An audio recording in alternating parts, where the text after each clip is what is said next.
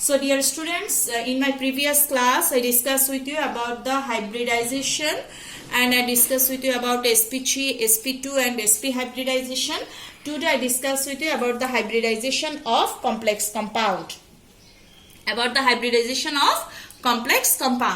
You know, some compound which are formed by transition metal are known as complex compound. This type of compound, one of this type of compound is potassium ferrocyanide, which is used by you to identify different metal in laboratory.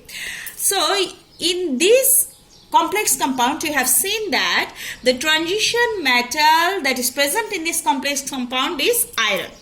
So we discuss about the hybridization of iron.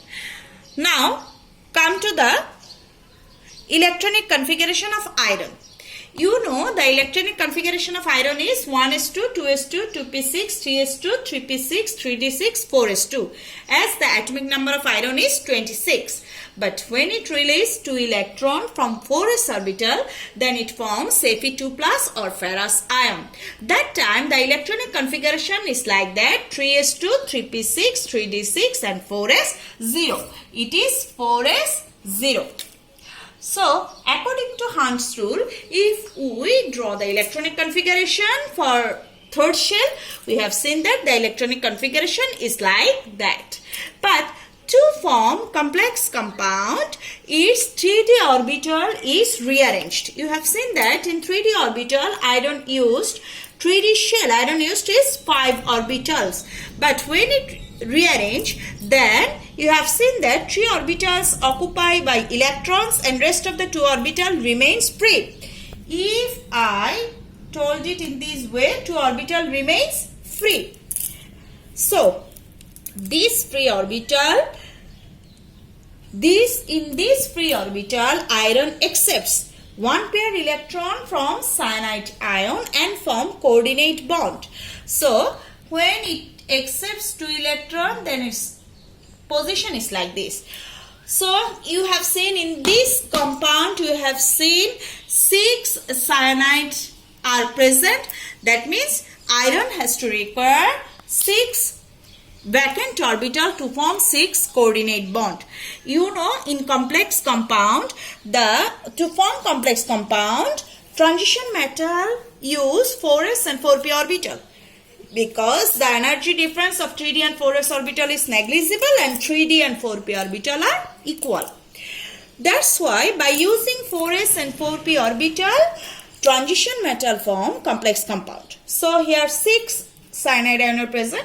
To form 6 coordinate bond, iron required 6 vacant orbital. In this case, it takes 2 d orbital, 1 s orbital and 3 p orbital. Just count here: 1, 2, 3, 4, 5, 6. So how many d orbitals takes? 2. How many s? 1. How many p? 3. So its hybridization is d2sp3. As it forms by d2sp3 hybridization, its shape is octahedral.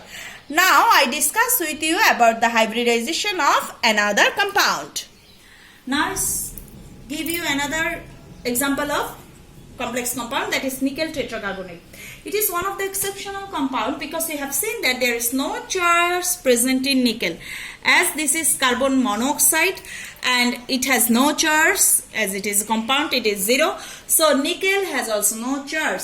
That means in this compound the oxidation number of nickel is 0. That's why the electronic configuration of nickel is 1s2, 2s2, 2p6, 3s2, 3p6, 3d8, 4s2. And according to Hund's rule, its electronic configuration is 3s2, 3p6, 3d6, 4s2.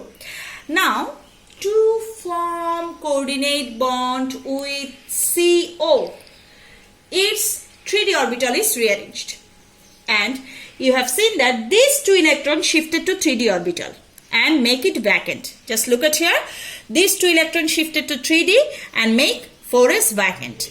Now 1 4s and 3 4p orbital mixed with each other and form sp3 hybrid orbital, which accept electrons from nickel, which accepts electron from carbon monoxide,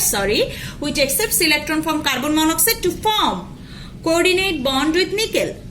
As it forms by sp3 hybridization, so its shape is tetrahedral. Now come to another exceptional compound. You know better than copper than me.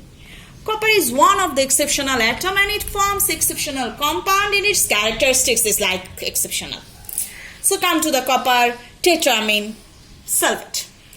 Copper tetramine, you have seen that ammonia is a ligand. Now, the electronic configuration of copper is 3d10 4s1. Oh, it's also exceptional. Now come to copper 2 plus. One electron released from 4s and another electron released from 3d10.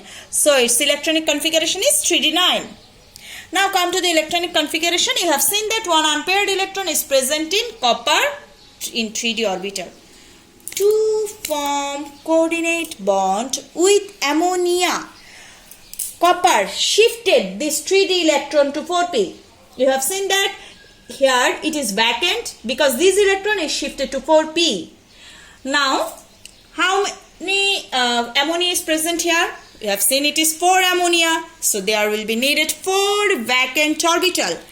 And you have seen copper create 4 vacant orbital. One is D, another one is S and 2 is P. So, the hybridization is DsP2.